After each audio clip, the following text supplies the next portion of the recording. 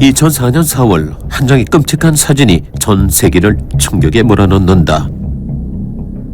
다리 위에 매달린 시신을 보며 군종들이 환호하는 모습. 사람들은 왜 열광하며 처참한 죽음을 맞이한 두 사람은 누구일까? 스위스의 아름다운 도시 루체른. 톰소의 모험으로 유명한 미국 소설가 마크 트웨인이 세상에서 가장 슬프고 감동적인 조각이라고 이름을 붙인 빈사의 사자상이 있는데, 눈물을 흘리며 고통스럽게 죽어가는 사자상 아래에는 786명의 이름이 새겨져 있다. 안타까운 모습의 사자가 의미하는 바는 무엇이며 그 아래 이름을 남긴 사람들은 누구일까? 세상에서 가장 용맹스럽지만 슬픔도 간직한 상남자 중의 상남자, 바로 용병이다.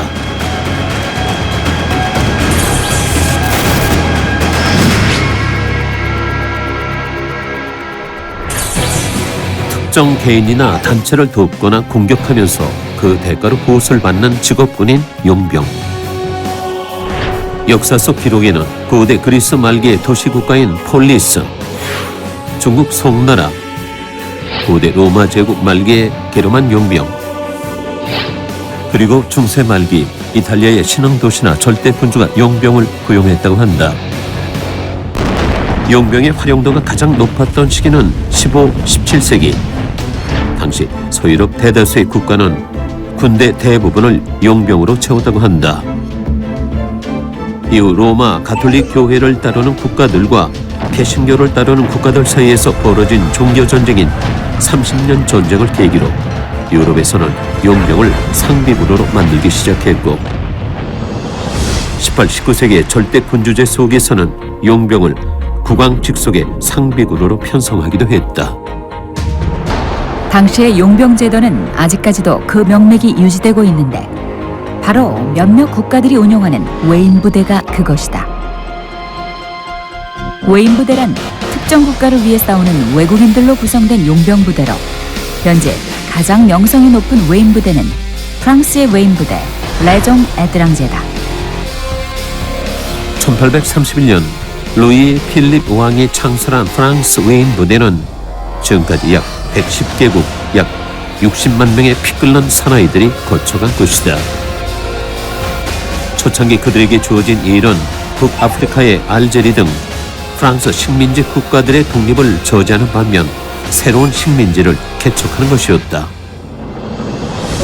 이런 과거 때문에 제국주의 프랑스의 용병 집단이라는 불명예스러운 닉네임도 있지만, 전쟁 역사상 그들의 투어는 전설 그 자체로 남아있다. 특히 1863년 4월 30일에 있었던 멕시코의 카메론 전투는 프랑스 외인 부대에 세계적인 명성을 부여하는 계기가 됐다.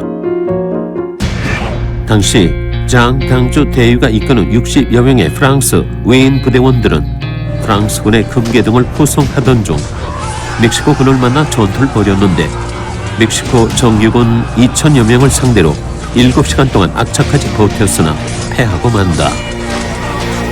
외인 부대원들은 거의 죽음을 맞이했고, 그나마 살아남은 몇 명은 항복해 포로가 되는 것은 불명예라면서 칼로 자결한다. 결국 부상당한 2명만이 포로가 됐는데, 이를 지켜보며 프랑스 외인 부대원들의 용맹함에 깊은 감동을 받은 멕시코군 사령관은 장 당주 대위의 시신을 포로와 함께 프랑스로 보내주었다고 한다. 프랑스 식민지의 반란을 진압하면서 제1, 2차 세계대전에서도 크게 활약했던 프랑스 외인 부대는 1962년 알제리 독립으로 주둔지를 잃게 된 후 부대 사령부가 파리로 이전되면서 규모가 대폭 축소되었다. 그 성격도 전 세계 어디든 필요한 곳에 즉시 파견되는 긴급 대응군으로 바뀌었는데, 이때부터 프랑스 외인 부대는 국제평화유지군 사업에 적극적으로 참여해왔으며 르완다, 캄보디아, 소말리아 등 분쟁 지역에 긴급 투입되기도 했다.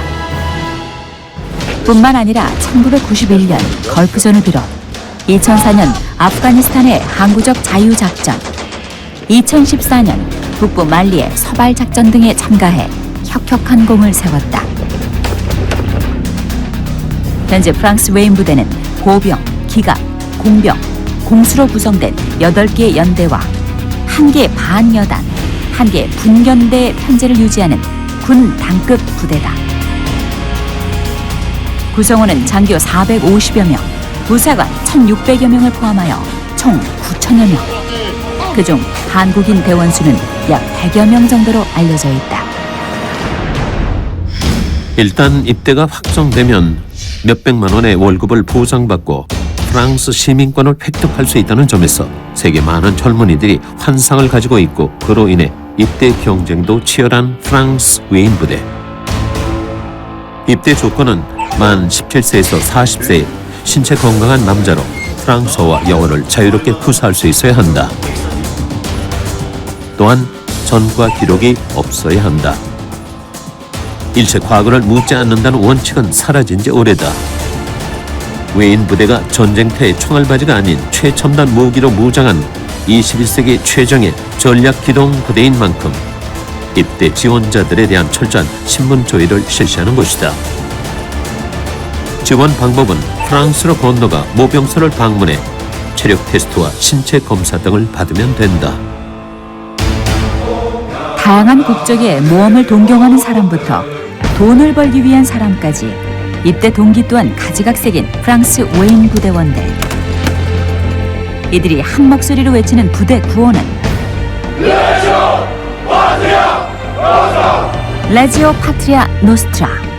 웨인 부대는 나의 조국. 국적과 피부색은 달라도 조국은 하나. 이들은 각자의 나라가 아닌 바로 웨인 부대를 위해 존재하는 것이다.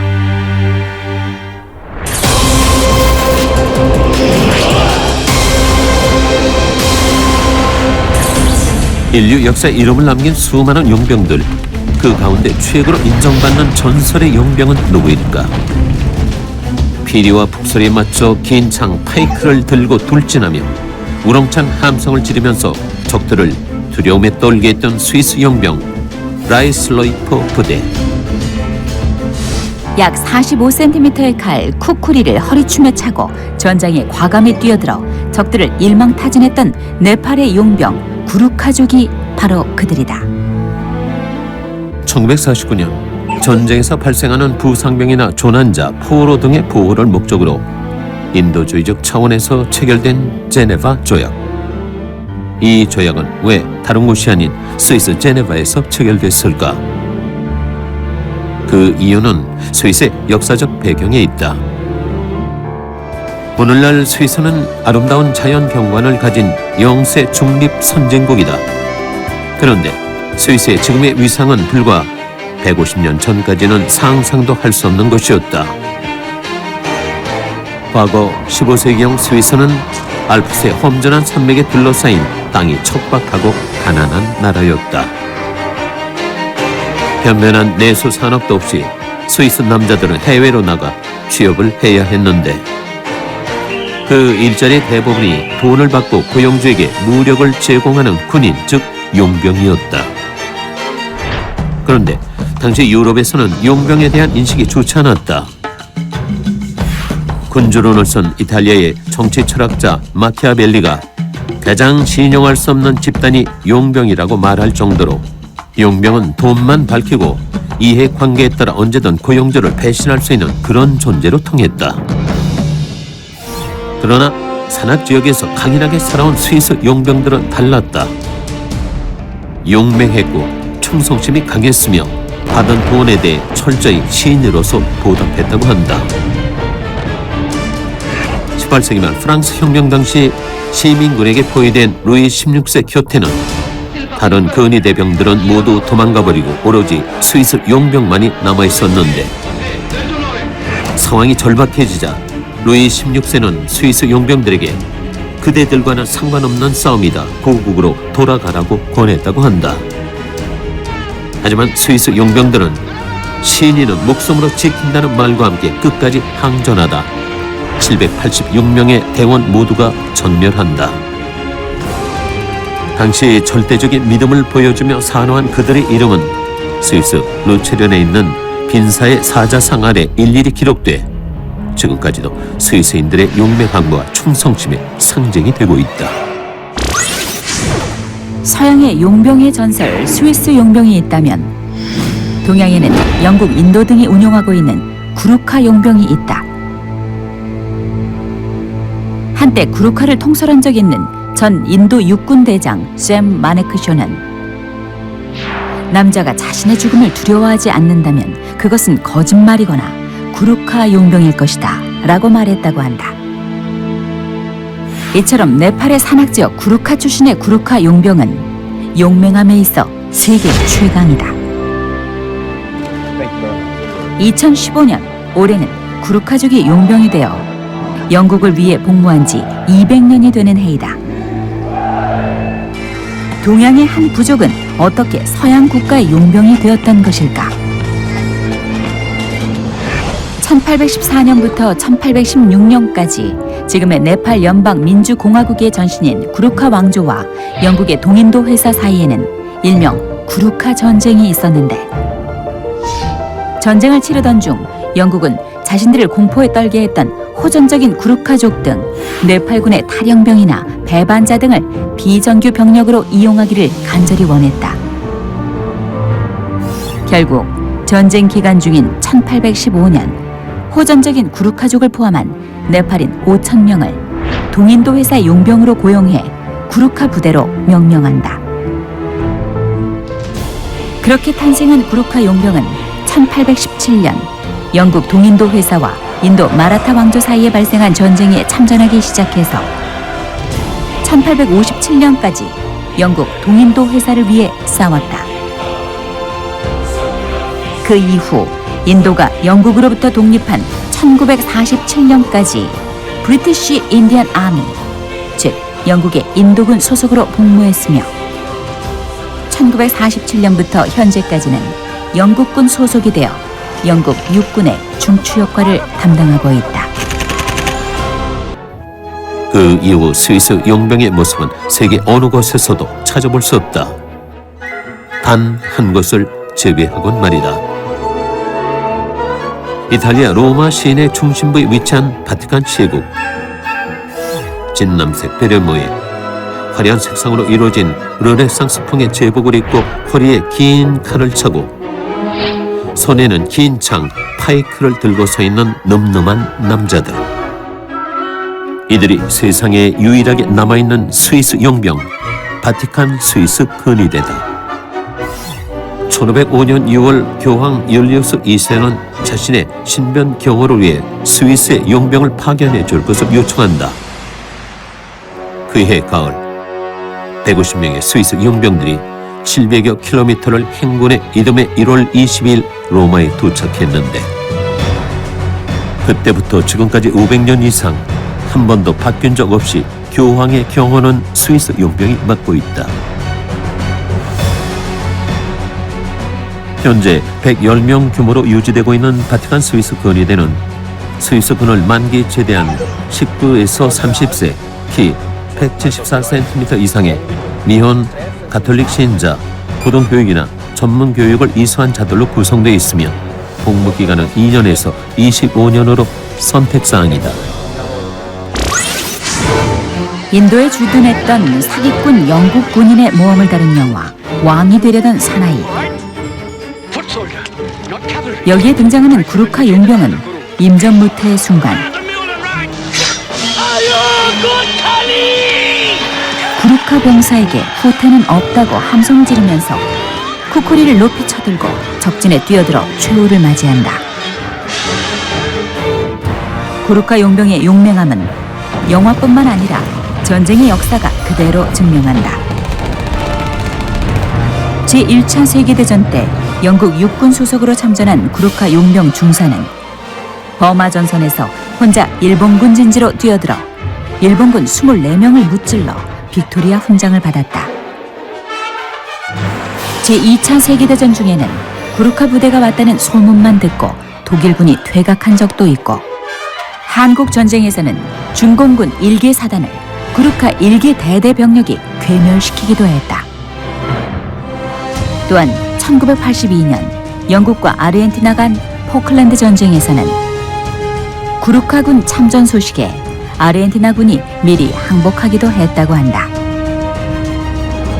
한때 구루카 부대의 장군이었던 고든 코리건은 2010년 7월 영국의 언론 매체 데일리 메일과의 인터뷰에서 구루카군이 전선에 도착했을 때 이미 아르헨티나 군들은 다 도망가버린 상태였어요 라며 당시의 무용담을 전하기도 했다.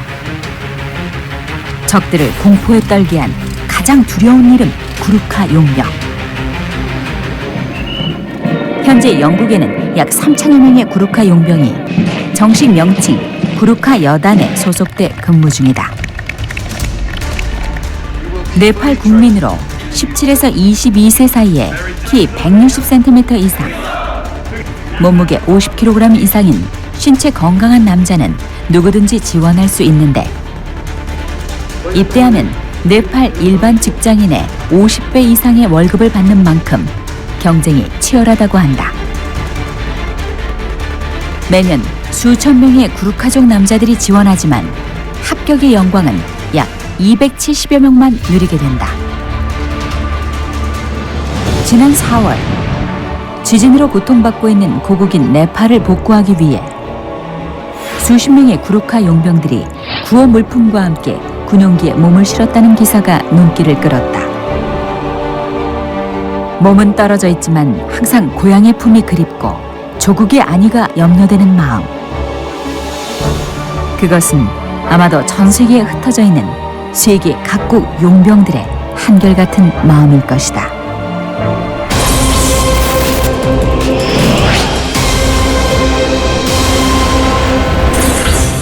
과거 국가 차원에서 용병을 수급했던 것과 달리 최근에는 프라이빗 밀리터리 컴퍼니, 즉 민간 군사업체가 등장해 그 업무를 대신하고 있다.